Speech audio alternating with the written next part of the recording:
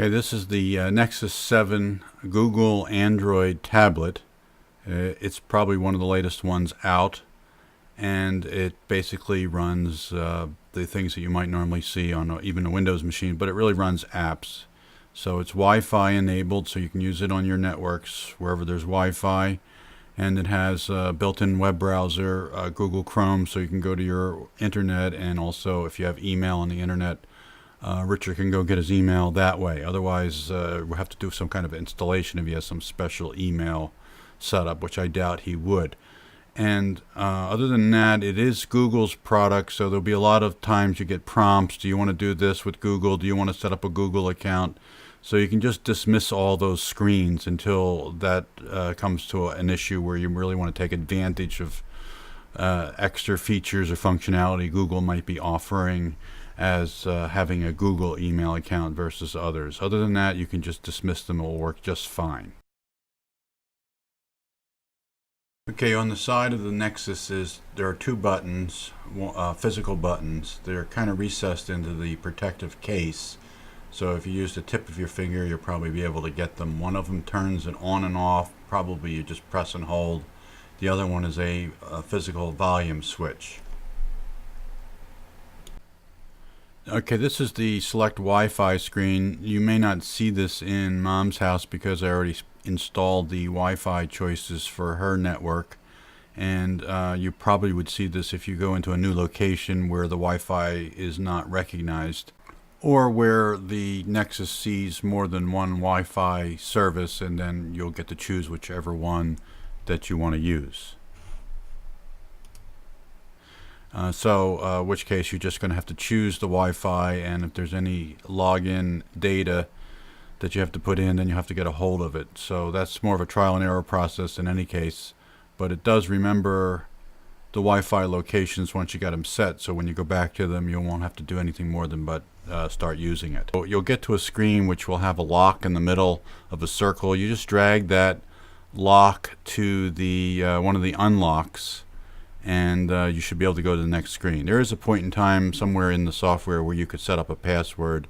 I would avoid that until you get to the point of understanding how it works, but simply with your finger drag the lock in the center to the unlock to lock, and then you should be able to get in.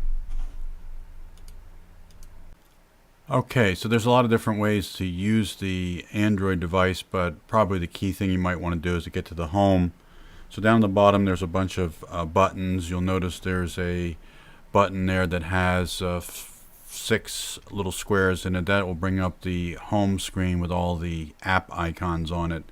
But you can sort of see in this picture there's some shortcuts. For example, up in the top left corner of the screen, fuzzed out a bit, is the Google Chrome button. I guess that's a shortcut to get to Google Chrome.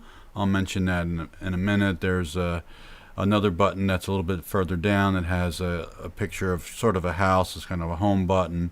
And then Android devices are well known because they have a return button. So when you get into a place where you don't want to be, you can press that button. So I would just press the one that the arrow is pointing to here with the 6 little squares, and it'll bring you to the app screen. And of course you can get to learn more about this as you start using it. The main goal here is to get to Chrome and get the email started. And these are all your apps that are pre-installed, and for the email you probably want to use the web browser, and the built-in web browser there is Chrome. So don't choose email, just go to Chrome. My understanding is Richard has email with Yahoo, which you probably just get through a web browser to get into. It has a lot of other functionality. Obviously, if he decides to use it for other things, he can learn how all these different pieces work to make it more convenient. But simply just click on Chrome and go right on through.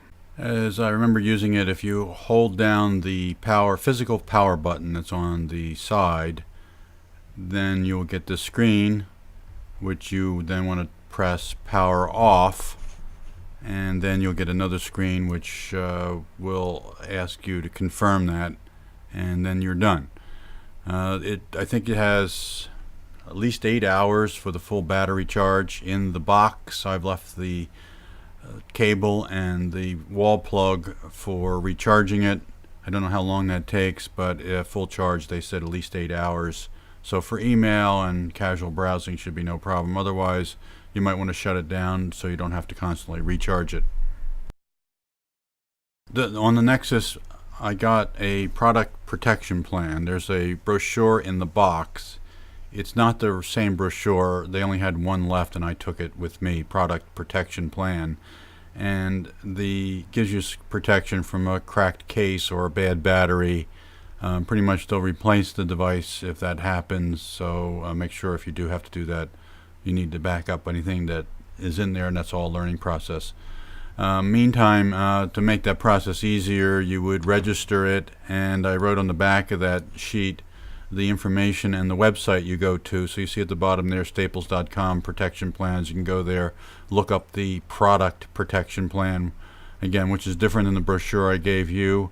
And there's all the data that you need to put in, and you would register under his name and his email address if that's the way you guys want to go. In the meantime, it is under warranty. It's just easier to process the warranty if you do fill this out on the site. I don't think it's a critical emergency issue, but at least you know about it. I do know sometimes people who go from a physical keyboard to a virtual keyboard, which will be on the screen, have a little apprehension getting used to it and trying to learn how to type with just generally you type with one finger or your thumbs. I had the same thing, but you get used to it real quick. However, there is the ability to have a Bluetooth physical keyboard that can be purchased. It's probably twice or 3 times the size of the actual device. But if it's necessary, it works out better, then we can get one of those and try to hook that up. And so otherwise, it's really kind of neat, small, convenient, and a decent sized screen. Okay, I hope you have some good luck with this and it solves his problem of the getting to the email, and maybe even if he has the energy to do it, the ability to get out to the internet and do some things rather than just being in bed looking at whatever they give him there.